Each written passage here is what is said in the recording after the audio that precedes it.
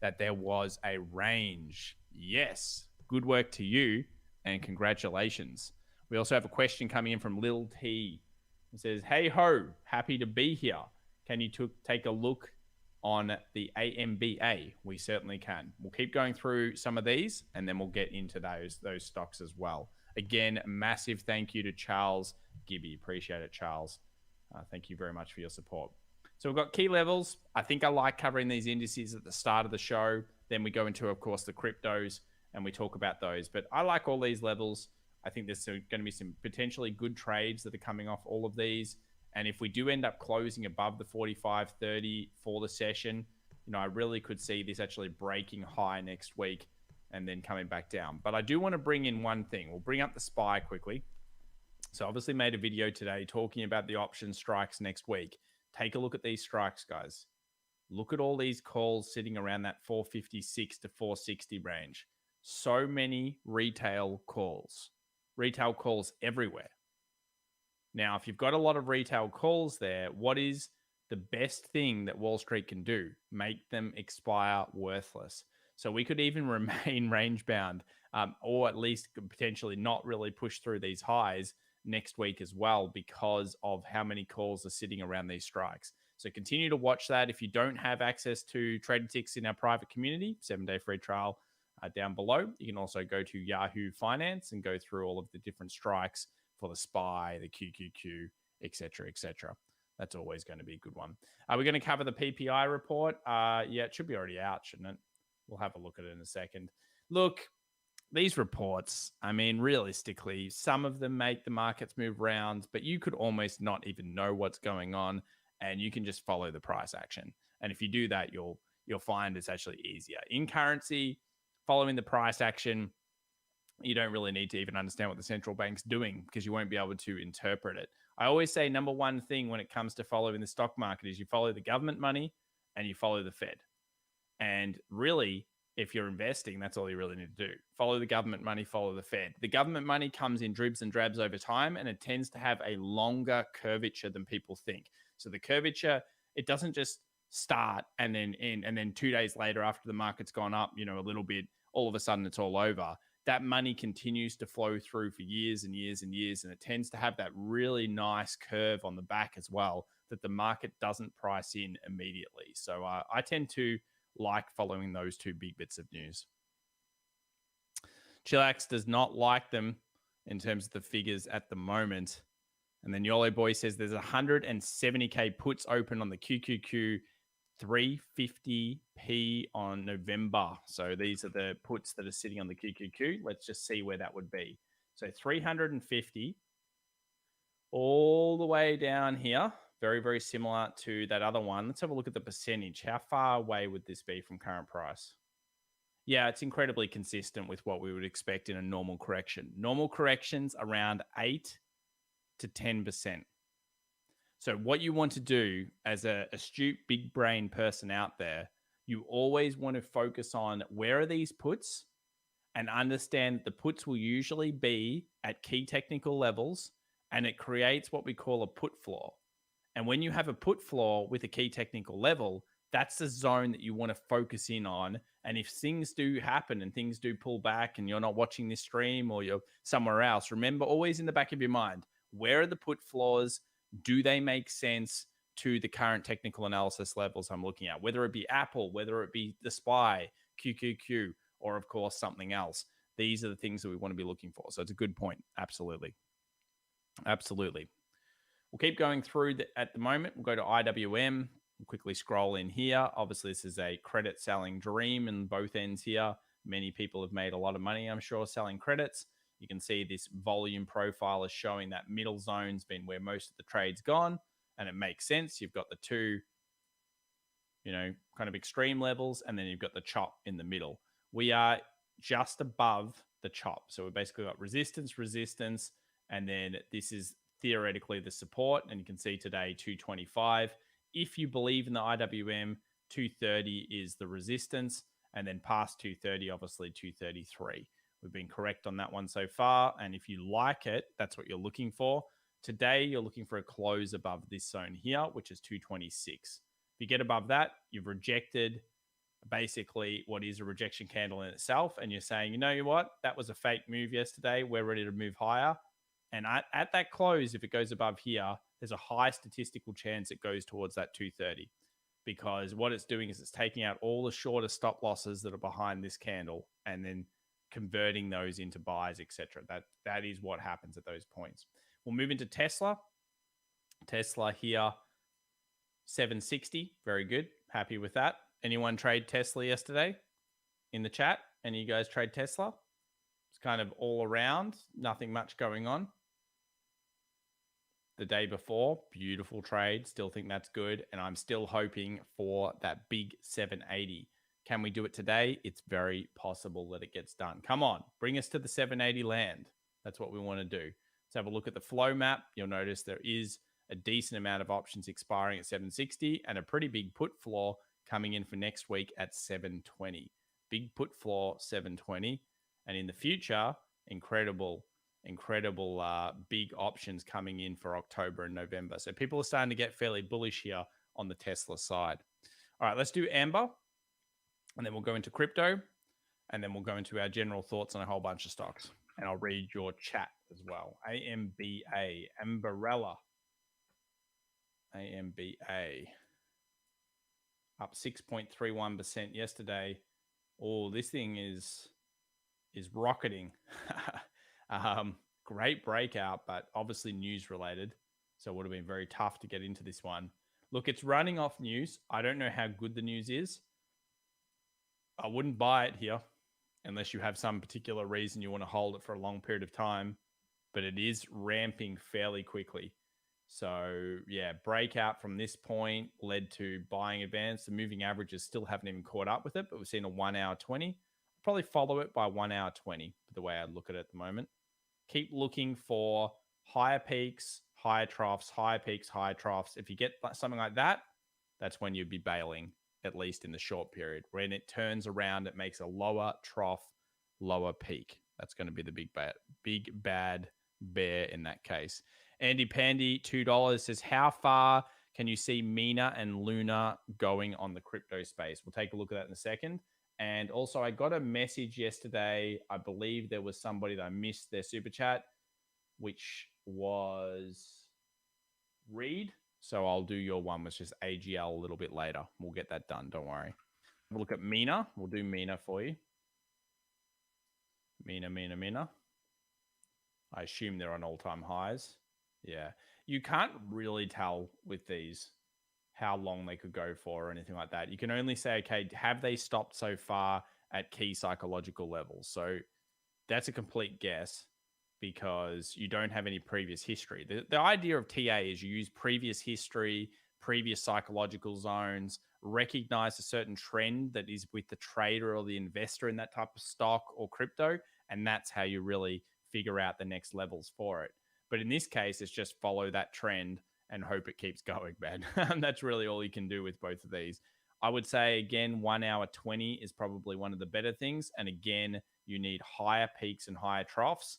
And only when it changes that sequence, like it would do here, should you be like, starting to think about getting a little bit of a bailout, maybe taking a portion off if you don't believe in it as much. Look at market capitalization for similar projects. That's going to be another thing that you'll want to do. And it will go for Luna as well. Reese Dillon, Australian $5. Can you do Matic? It looked like it was forming an inverse head and shoulders on the daily, but dumped after faking out this week. Yeah, so Matic was an interesting crypto. And this is the story. I'll tell everyone here the story of crypto. I'm going to teach you guys the easiest concept, which I told you the other day about crypto. When a crypto is hot, such as one over here, when Matic was running really, really hot a long time ago, when the market dumps, it's actually the one that you want to be buying the dip the most of. And the reason why is it has that price memory, that hype with it, and everyone's got it on their watch list. What tends to happen is this coin goes instantly up and often gets close to the last peak over here very, very quickly. Then you want to dump it, okay? And I don't care what you say. You say, oh, Tom, because it's the best coin in the market. I don't care. It's the reality is big brain psychos out there, what they're going to do is they're going to say, this Matic just dumped and then went up 150%. And then I can buy Bitcoin, which hasn't recovered yet, or I can buy Ethereum, or I can buy another coin that hasn't recovered yet. So much cheaper, take profit here. And I'm seeing a bargain over there. What would a human do in that situation? Guys in the chat, let me know. What would a human do in that situation? Also, thank you very much to the 800 people joining us for today's Friday session. There's a lot of big bombs I think we'll be putting off today in terms of knowledge. 800, thank you very much. If you do smash the like button, it does help us out. So with Matic, we'll get the chat to answer us. But with Matic, you said you thought it was forming an inverse head and shoulders. What time frame? Like 1 hour or something? Okay. I assume you were talking about this, and this, maybe. I mean, there's nothing I'm concerned about with the chart. It's finding that support, and it is buying off, and it looks like it's trying to go for a new high. I mean, I'm not really hating the chart. I think it's okay. I don't know if I'd call it inverse head and shoulders. Stop probably looking too much for patterns and start thinking about reading the price action, reading the story that it's telling you. Remember, a pattern is a story. A double bottom is a story. A head and shoulders is a story. It's not about the pattern. It's about what the price action is telling you about the market momentum. We get too pigeonholed into an idea of, oh, I found the perfect cup and saucer. You know what I mean? Or cup and handle. The idea is that you want to be thinking about, what is this pattern telling me? In essence, it's telling you a story, and it doesn't have to be perfect. It's just the story has to be compelling. So that's what I'd be looking at. Closure above all these massive amounts of moving averages would be ideal. You want it probably above like $1.50 psychologically. Close above $1.50, and then you can move towards that 160, 180 kind of area. Nothing bad here, but yeah, that's what I'd be saying. DVO official cup and saucer, lol. Yeah. Hey, people have the Bart Simpson pattern. Come on, you got to agree that patterns can get ridiculous there. Scott Morgan says, Tom, will you show us the TradeTix data on a particular stock if we super chat the request? Why not, bro? We can do that, Scott. But you can just get a 7-day trial, Scott, and then just use it yourself, man. Massey doesn't like Tesla. Oh, my goodness. Tesla is super cheap, says AFLM. So, yes, that is possibly correct. Possibly correct. And Laurie says, thank you so much for your videos. They have helped me tremendously. That's excellent, Laurie. I'm glad. Hopefully you are practicing scaling. We love scaling here in the community. Look at this. Look at the crypto come down here a little bit. Look at the crypto. So again, we repeat, if a market is hot and a crypto is super hot, let's go to Phantom here for a second. I was talking with a friend about this. If market is hot and a crypto is super hot, what tends to happen is when it does crash, Solana, Phantom, doesn't matter, it crashes quite a lot, but it comes back like so fast and then dumps straight after that. That's what we call the classic dead cat bounce. And it will usually happen with price memory stocks. If you're seeing even a stock, it's the same thing. Let's say a stock's really hot. What's really hot right now? I'm just thinking. I mean, well, it's like in terms of a big stock. I mean, Moderna's pretty hot. Tesla sometimes can get hot. Let's say Tesla's really hot and it's had that big run up, and then the rest of the market, the broader market, falls.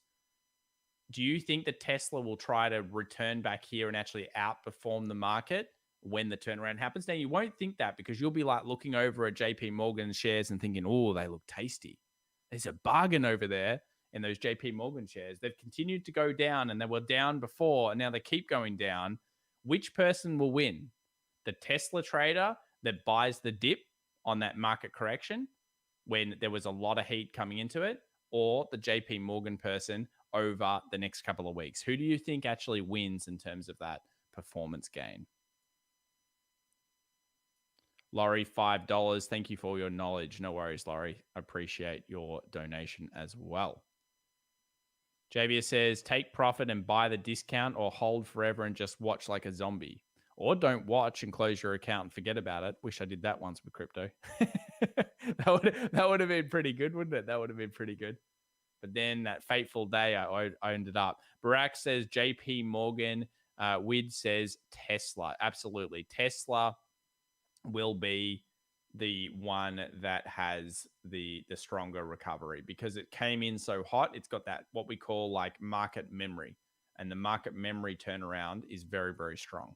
And that's what will often happen is it gets back to this peak and it will sell off after that because then people go, oh, well, it's back at its peak now. Might as well take some profit and I'll rotate that back into JP Morgan later on. Or, whatever it is. It's just an example to show you. So that's a good one there. Let's have a look at Bitcoin now. Let's take a look at these markets. So I actually kind of feeling a little bit of double dip action here. And I'll tell you why. And it's probably due to this. All right, let's go down to the 1 hour time frame. Okay, so we've got a low.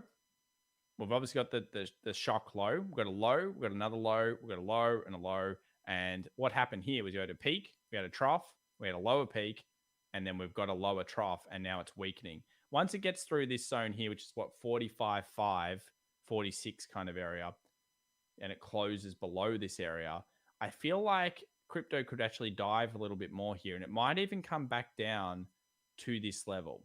Now, I wouldn't be concerned necessarily. I think that's quite normal. If it does get underneath this zone and close, I feel like it could get here. Now, if it does get here, I hope there's buyers. This is where I expect the buyers to come back in full force. But it's not unheard of that markets like crypto will come back down to these supports and they will test it again. Remember, we're not in an excellent crypto market. We're not in a long-running beast market. We're in a big sell-off that's almost unheard of in terms of having a big recovery. So the sentiment is not as good as it once was. Look over here when we had that bigger sell-off. We got the flash crash, we got the test, we got another test, and then we regained. So don't think that it's over just yet. Remember, the only time that we've got the full recovery in the market currently is around that 47.5 level. This is where we're getting that nice closure above. The nice closure is right here. Right around that closure here is what we're looking for, 47,500. I would like it above there. And for Ethereum, we'd want it above 35.50. We maintain the exact same levels we had yesterday. We do not have closures above this zone. So you can see why it could retest these lower areas for sure. We've got Scott Morgan coming in with a big donation here, $20. Says DKNG Tradie Ticks 3-month analysis, please. Three months analysis. All right, we'll look at the Tradie Ticks data for you. Let me get that out right now. It's going to take me a few seconds here, Scott. And what I would suggest as well, Scott, is message me in Discord after, and I'll provide you the charts you want. DKNG. Okay, so we've got flow. We'll bring flow up for you. And then we'll get your, 1 second.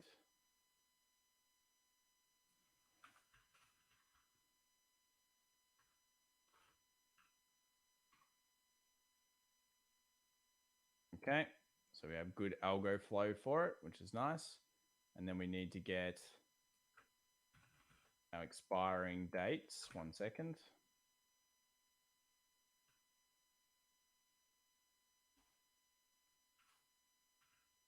All right, here we go. Got the last one coming now. Okay.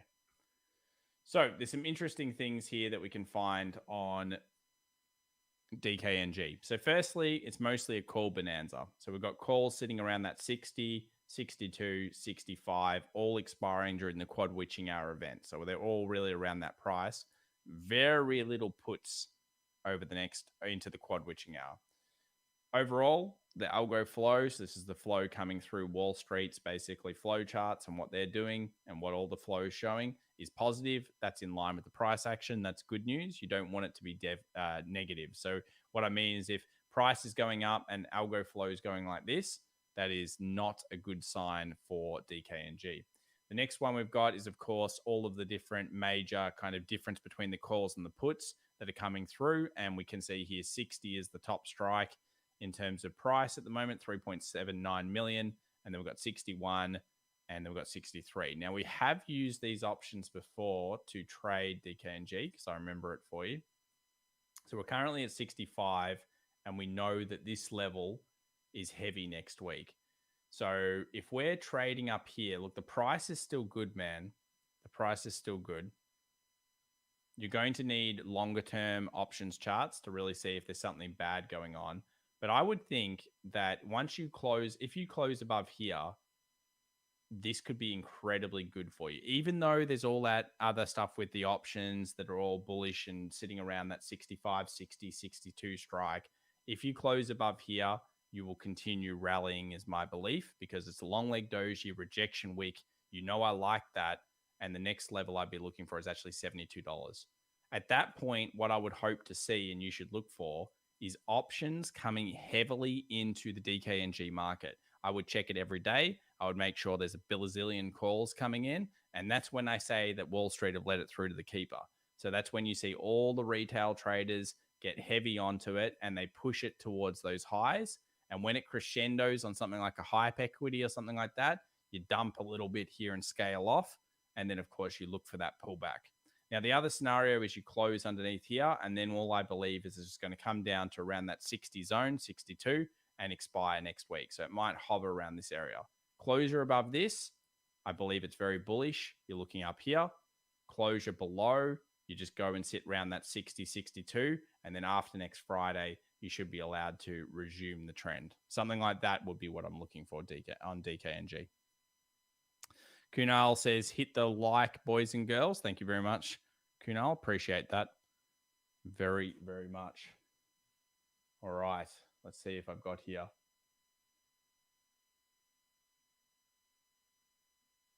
Okay, cool. I think I've caught up with everybody. I'll do some more stocks that I've got to do for Super Chat soon. But realistically, I want to go through some more stuff with the market. So VIX is down. If people want to trade VIX, remember next week could be your week if you want to take it long. We talked and we signaled kind of around that 20 is going to be that resistance zone. It usually is for the VIX. If you like trading volatility VIX, which you probably shouldn't because it's pretty scary to trade. But if you do, if this keeps coming down and it hits around that 16 again, remember into quad witching hour, you will most likely see an uptick in the VIX again. This is the month of volatility. September tends to be that spike. So does October. And they're the months that if you're going to trade the VIX, you might as well trade it during that period of time. So that'll be a very interesting point for us to take a look at.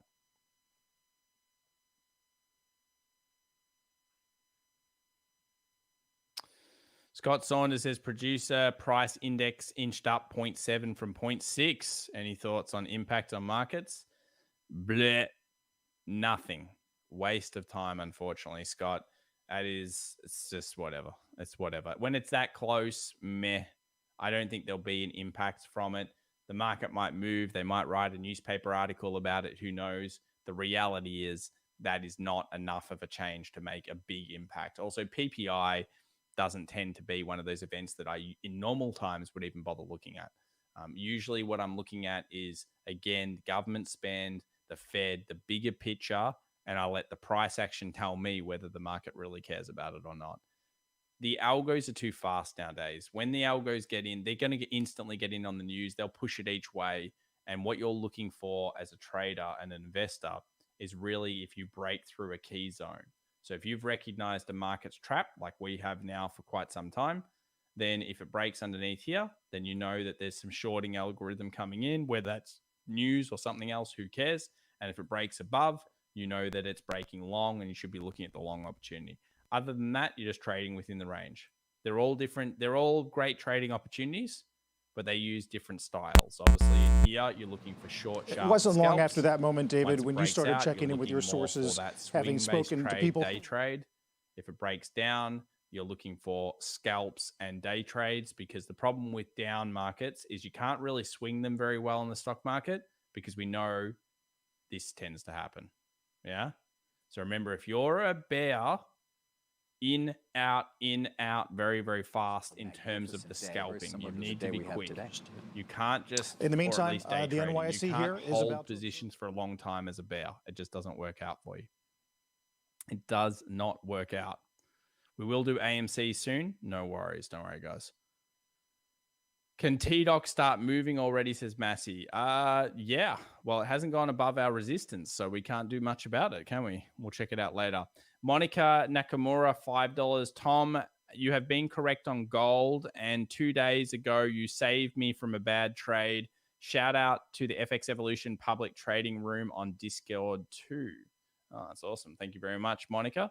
I'm glad that you did not make a poor decision in what's been a pretty crappy market, I guess, for gold. It's very, as a gold, if you're a gold trader, you could be a bit depressed right now. I think, though, if you're not looking at gold, it might be worthwhile setting an 1830 resistance. 1830, I'd set it for like 6 months expiry. If you see an 1830 breakout, I think that is going to be a very significant period. You've got two really great profit-taking targets, and I think 1830 is an incredibly key zone on gold. So if you like gold, 1830, 1830, 1830. And if you want to short it, obviously you're looking underneath 1780 to 1760. That's the kind of zones. Absolutely. Thank you very much to the 1,000 people joining us as well. We're about 26 minutes away from the market open. Yes, we're still range bound, but we are up for the session at this point. All right, let's do a stock that I said I would do, which is AGL. This is Australian stock. I will show you when stocks go wrong because that is AGL. Let's have a look at this. Whoa. Okay, so you would think in a market, this is not a small stock, by the way. It's a big Australian stock. You would think in a market that's bullish that this isn't possible, yeah? Take a look at that, guys. Wow, look at this. All the way down to $6. Would anyone here be tempted to buy this price? Here's the price action over the years. We're at 1996 price. There is a reason why it's this low. Really crappy acquisitions and terrible business strategy. But look at that. Oh my goodness, it's down so much. You cannot buy this thing at these points. You cannot do it to yourself. You need the lightning bolt, guys. You need it to get past the 20 moving average. You need it to form a base like it did here so you can rip that rally if you need to rip a rally. I remember this rally because I did rip it. If you're going to do this, you need the trough, the peak, the higher trough, or a double bottom, or some potential, respite in what is a hideous downtrend. I don't see that at this stage. I just see a falling knife. So unfortunately with AGL, you might think it's cheap fundamentally. It is, but there's obviously a sickness there the price action is telling us about. And it kind of reminds me of stocks that really end up suffering pretty hard. So yeah, it's a big one, but that is not a cool chart. Not a cool chart. We need turnaround.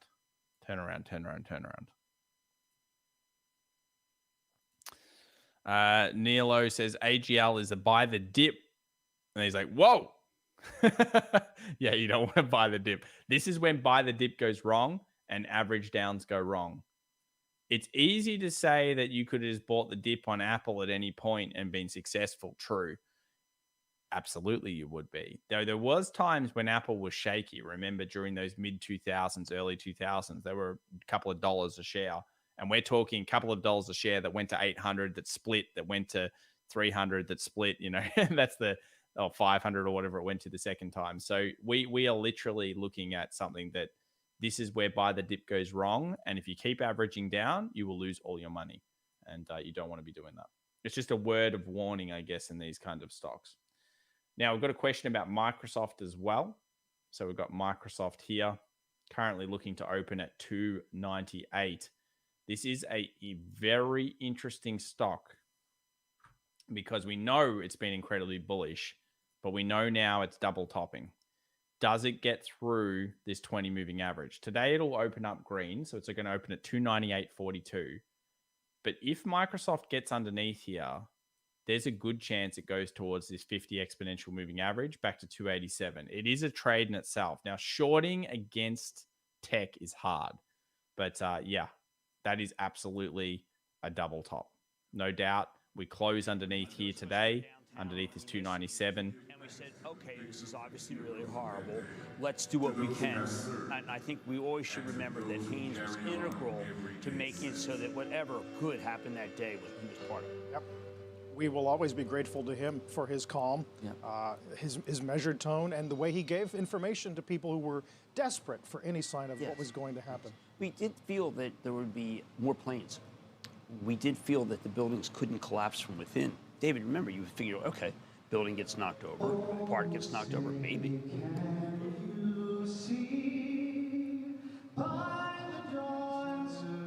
Just giving you guys words of wisdom. I see you, Mark. Absolutely. Absolutely. Microsoft's weighting of the S&P is a 5.9%. Yes. I think Apple's weighting of the NASDAQ, isn't it like 11% or 12%? Can someone get me that? Thank you again, Gareth, for joining the community. Please look at PayPal. We'll do our quick look right now through the stocks. I think I've caught up with everything. So thanks again to the 1,000 people that are joining us here this morning. Thanks for the upvotes, guys. Appreciate everybody here. Let's get into some of these stocks. So we've got Trap Market. We've looked at the cryptos. Let's move over to some of the stocks. So we've got Square. Now, I know this is up today. I don't really like this at all. In fact, this looks bearish to me. And I feel like there could be still some further selling. Now, it may be just a fake bear kind of looking thing, but you got the peak, you got the trough, you got the lower peak, the lower trough has been formed. You got the top, you got the trend line that's broken through. I can't say I'm a fan of this at this stage until we hear news coming out of Square. We actually need news for this trade because we understand it well on this channel. I'm actually looking for it down into this 225, 230 area. Would I short it? No. Would I be looking for that correction? Yes, I would be. Apple closing low here at this stage, 154. So you've got here the movement down. Obviously, today will be up 0.49%, but it still looks like it's moving towards that downside. I'd be actually looking around a 150 here from the technical perspective. So Apple could move further lower. I don't like that so much for by the dip at this stage. Could be wrong, but yeah, that's one that's there. Amazon, another one that looks like, it's coming in okay today, 0.51% up. But until we close above this, 35, let's call it, we need, what is this? 35.50, all right? If we close above 35.50, here we go. Get on board the Amazon train. Let's go towards 3,700. Let's start rallying up to that point.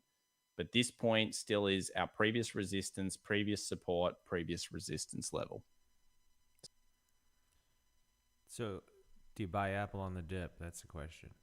Do we buy Apple at these levels on the dip?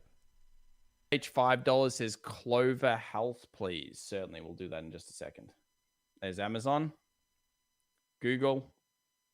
Looking for the 20 moving average pullback still. If you're in it, you got no real reason to be scared. Great uptrend. Great prospects for the future. Snowflake hit 320. For me, that was really my aim. So I guess if you're interested in Snowflake for whatever reason at these prices, you'd be looking for breakthrough, pull back, and then take it long. That would be the way I would play that particular chart. Enphase at support. 163 today. So at support, we're looking for a little pull up movement like this, smaller time frame than daily. Look at maybe a 2 hour for lightning bolt purposes. I like Enphase, but I don't particularly like buying that support just yet. Let's have a look at Clove. Down 1.83%. Previous resistance. Let's have a look at the 4 hour. Ooh. Okay.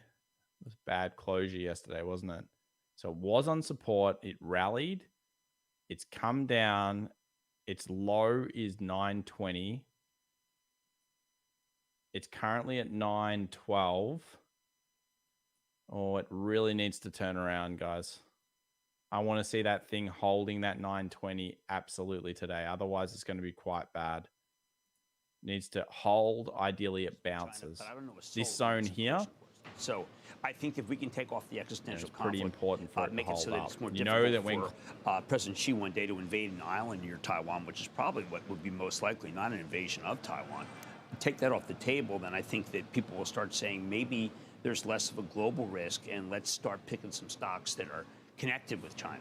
Right. Today seemed to be the first day that, oddly, the day after Kathy Wood, the Financial Times piece, where there is a belief that these stocks can bounce because maybe the punishment's over. I don't know. She is a communist not in name. Yeah, no, we talk about it every day, as we should. Talking certainly between the two countries, I think, is viewed more positively than not. But to your point, right, how much of a collision course are we on with China in terms of our vast competition in so many areas around the world, and obviously the two largest economies? That said, back to the stocks themselves, you can see sort of what the Shanghai Comp has done versus the S&P this year. But of course, the names we've been focused on are so many of those large cap Chinese-based companies that have listed here or have very well traded ADR. Finken79 says, yeah, Clov is a grab at sub 7 and sell into the pumps. When it pumps, this thing is pump and dump. It's a killer. Terrible thing. Have you taken a look at Dell lately? Haven't looked at Dell for quite a while, Paul. Haven't even bought. I have a Dell monitor. What do you guys think about this? AMC, PK Summon says, yes, but I still wouldn't buy it. Hey, there's risks there, PK, for sure.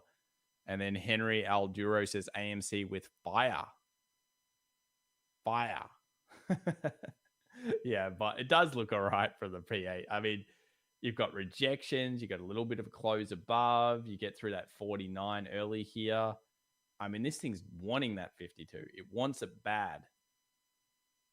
But there are risks, as we are well aware of. D__G says, I think AMC is going places. Yes. And Lucian says, we all have Dell monitors. Is that true?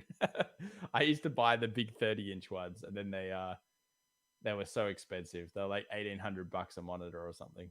I remember. It was crazy. I did love them a lot. Someone says Airbnb is still looking good. I agree. Airbnb looks excelente. Continues its movement up. We had our big red box that we waited patiently for.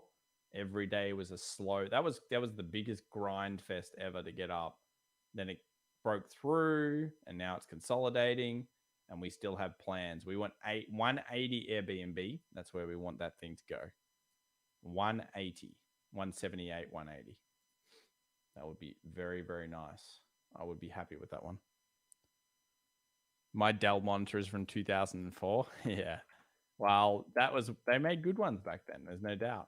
Let's have a look here. Dell Technologies.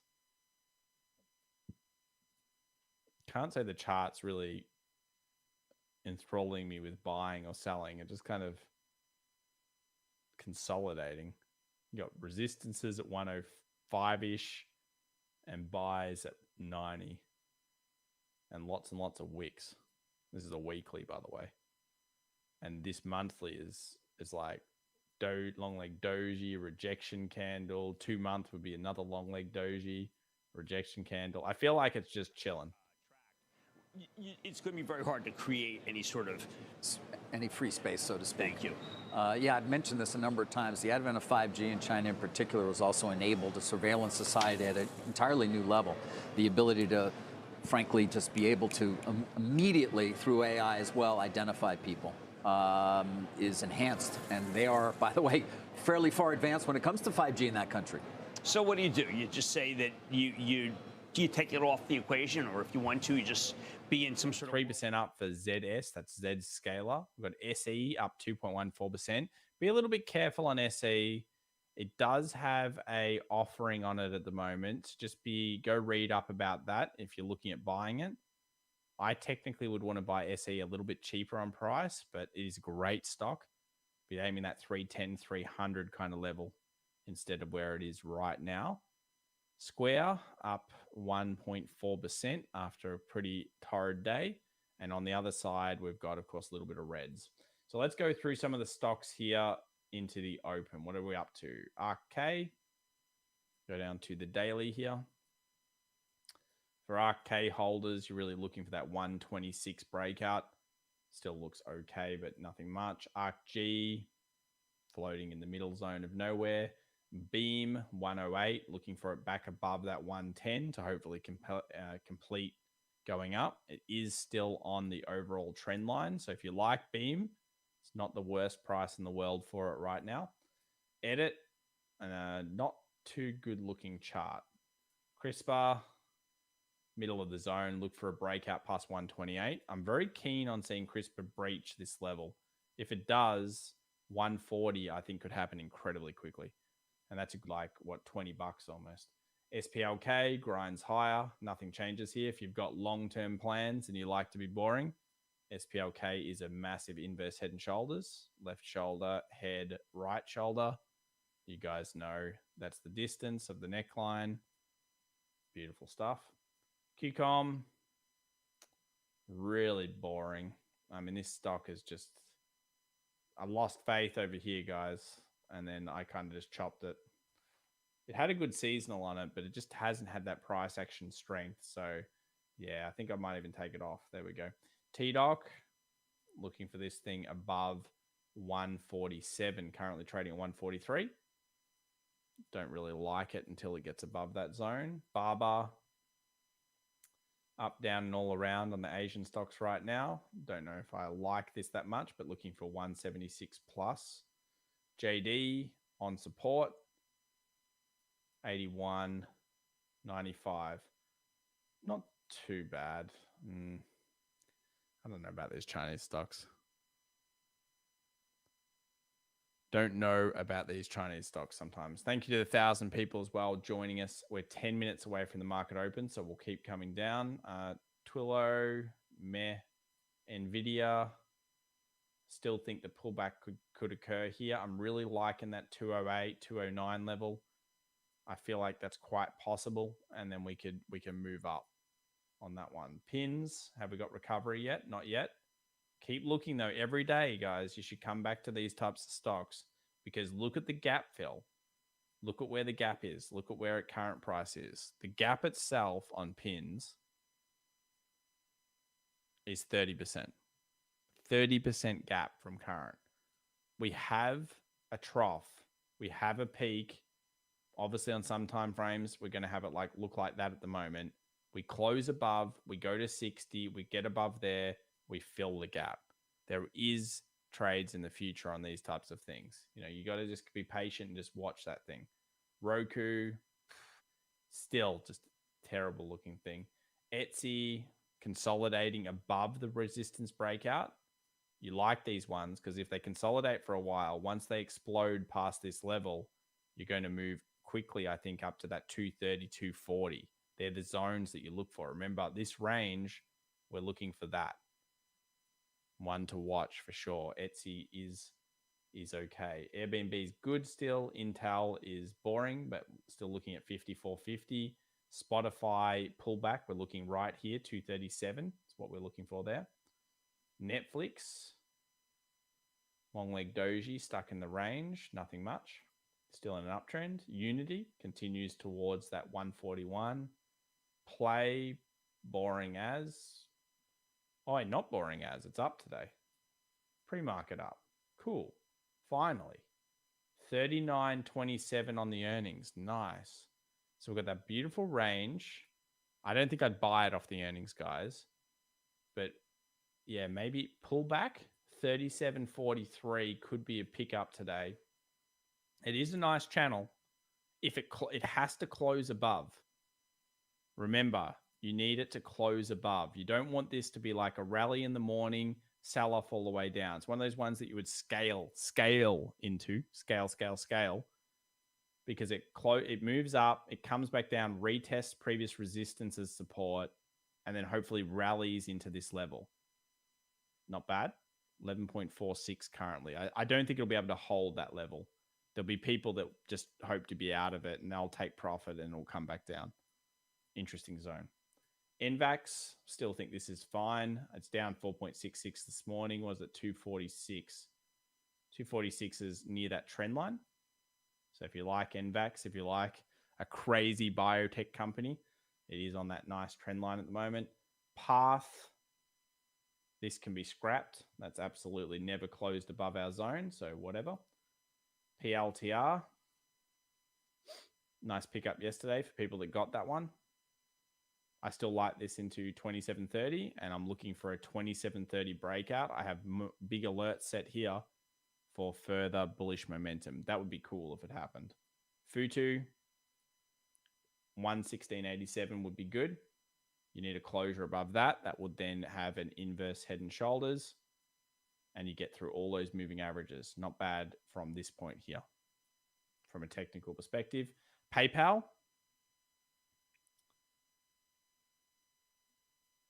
Okay. I like PayPal still in the chart quite a lot. It's up 0.41. You guys know I like anything around this 280, 280.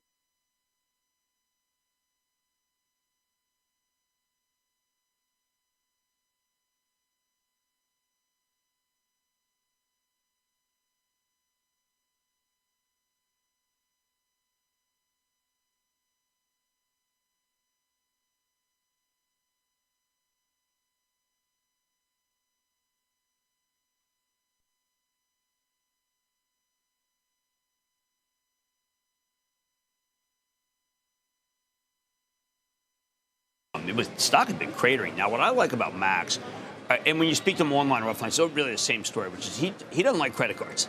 He wants to disrupt this industry with technology. He, in particular, wants to go against the cards that charge David interest that he finds is usurious. I think a lot of us would agree with that.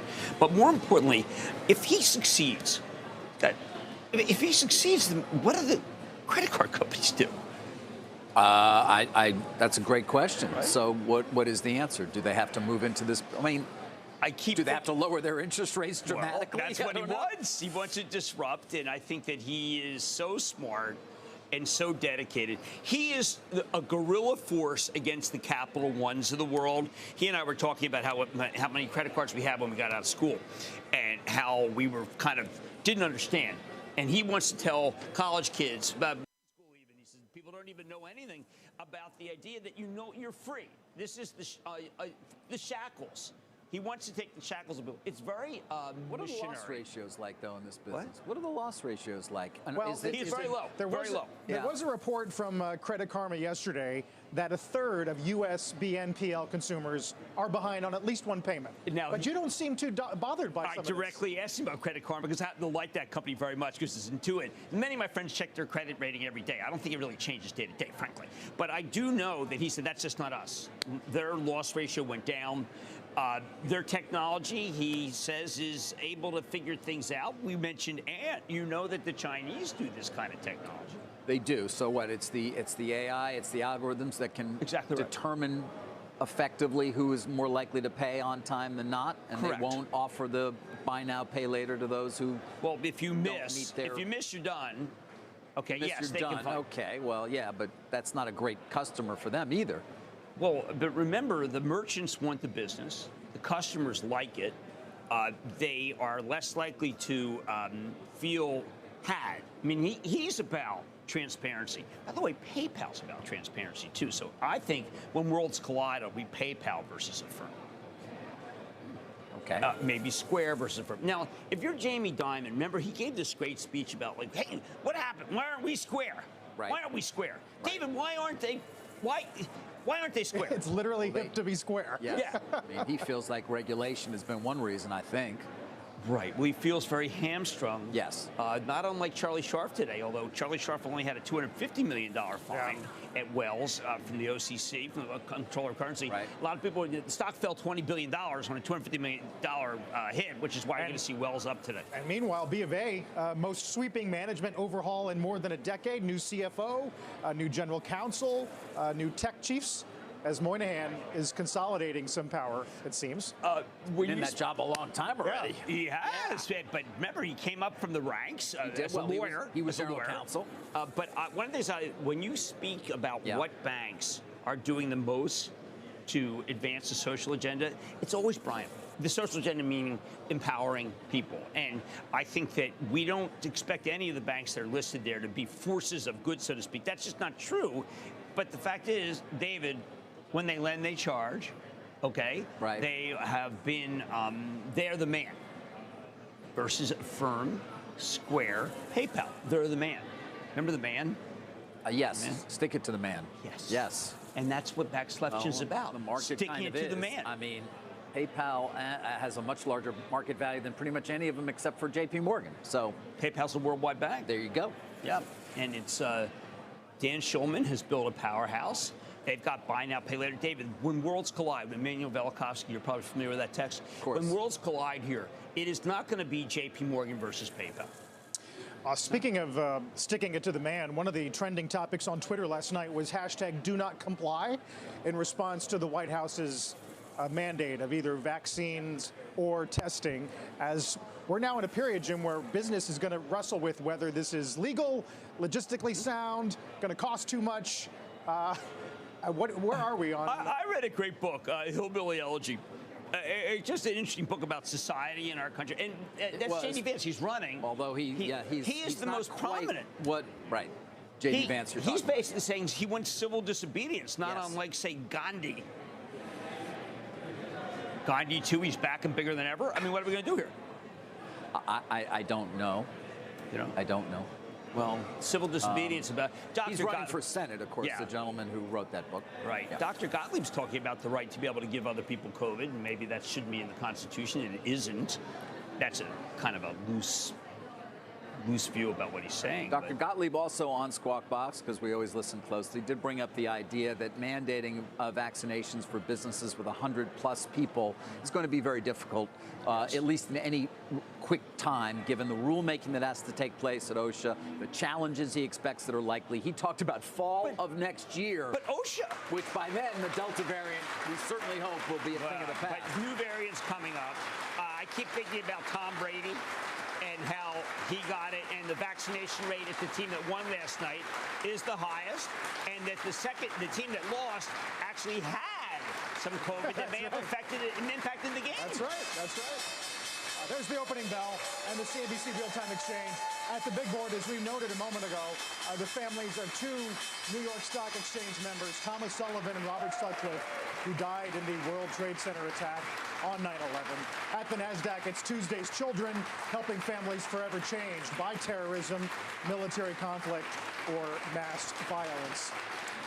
It is going to be interesting as we keep an eye on this. There's also the doubling of fines for those who don't mask on transportation, TSA fines. It's a really multiple prong effect to try to get it so the 80 million, the intransigent 80 million, do something. Now, I've got to tell you, when I spoke to Cleveland Cliffs, they're offering $1,500 to employees where they had about 30-40 vax rate, the second largest steel company.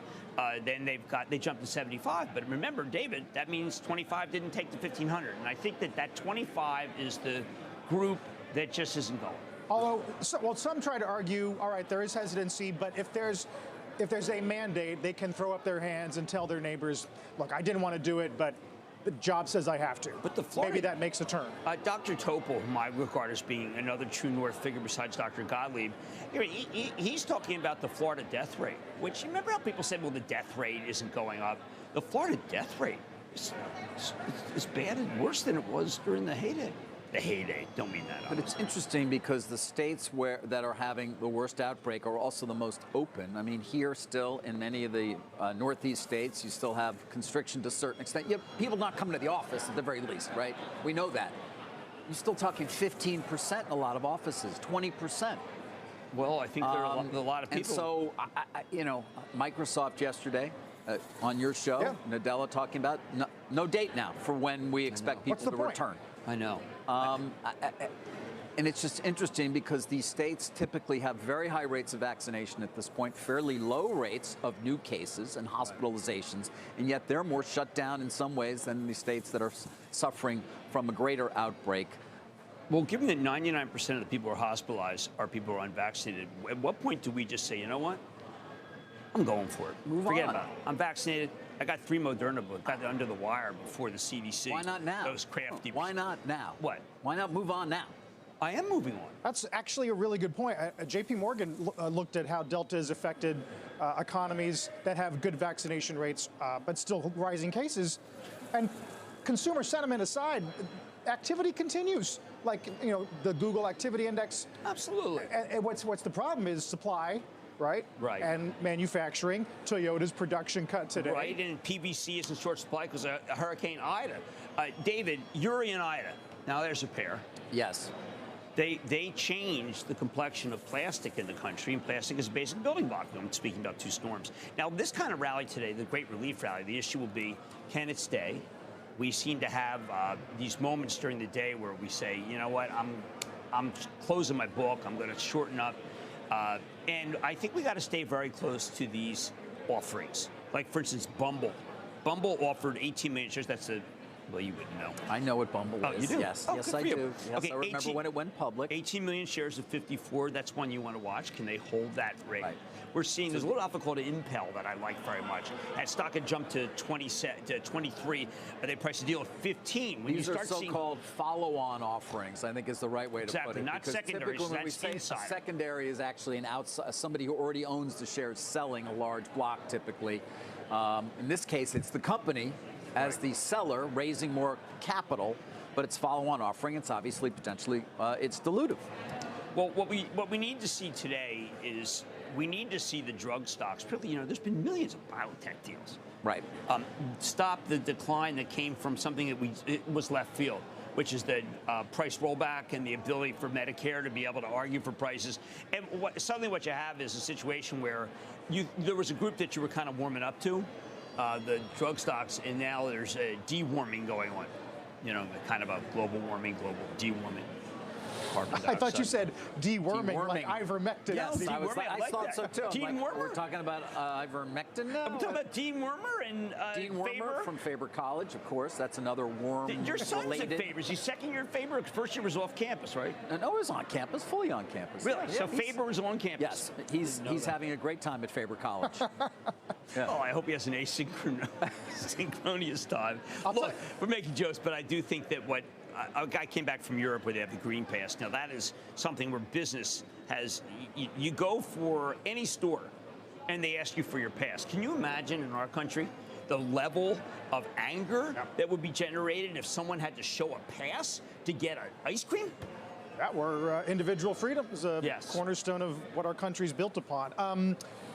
Inflation is a really interesting story today. Whoa. I see Freeport gets cut over at Credit Suisse. They say inflation support's going to wane. It's one of the leaders on the S&P this morning. Is that TPI talking? That's a rebellion against the analyst, who I think is stock was at 46. Maybe that was a better place to cut it. There are some genuine misses today. One that I'm actually kind of bummed about is because I would say it's just a mismatch.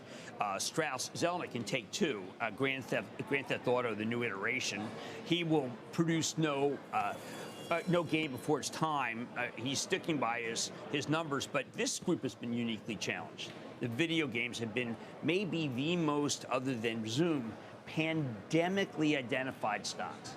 You don't think it's limiting gaming time for kids? I mean, look, NBA 2K is very big in China. I think that, yes, the overhang of very hard to figure out whether it isn't, say, maybe a Roblox where people make games. And Roblox has been a good stock.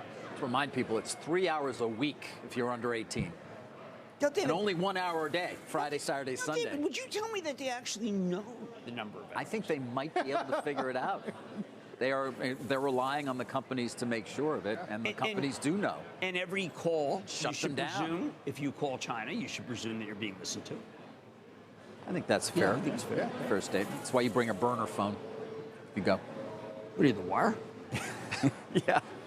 One of the topics we talked about earlier in the week, that is Coinbase. Gensler going to go to Senate banking on Tuesday. Yeah, well, he's going to get schooled by Coinbase people. That was, again, I think that was one of the most ill-advised. As I did say, it was not moronic, it was just stupid. You do not challenge the agency. You just don't. David, the agency is part of the federal government. I'm aware.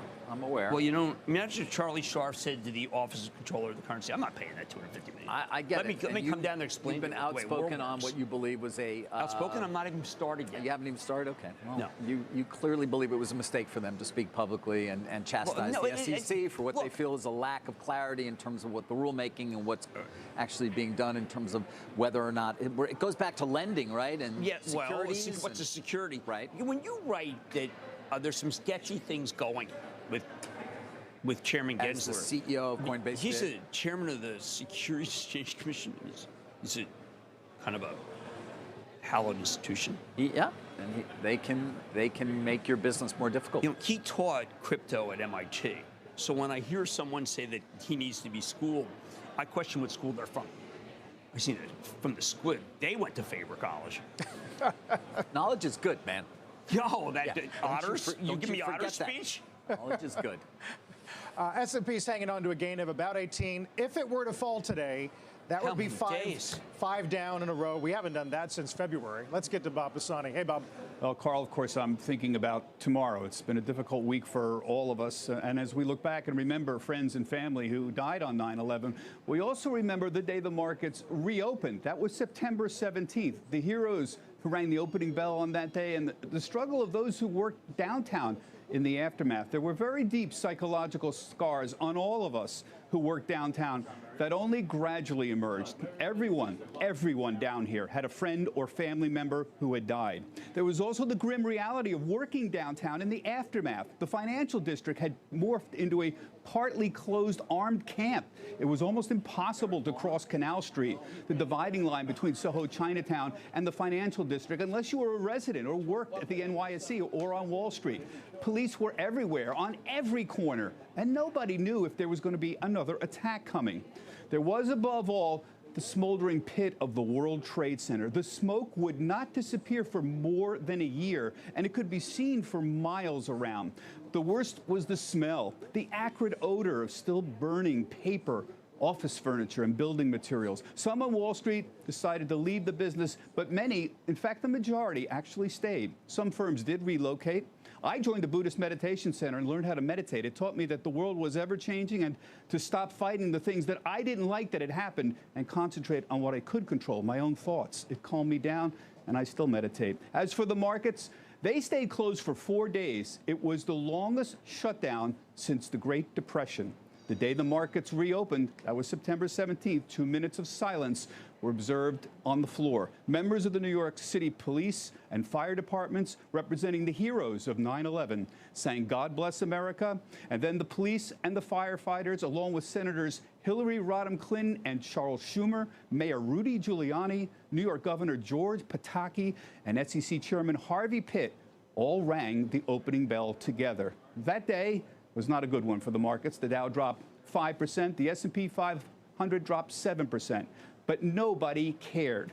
What was important was that the market was open again.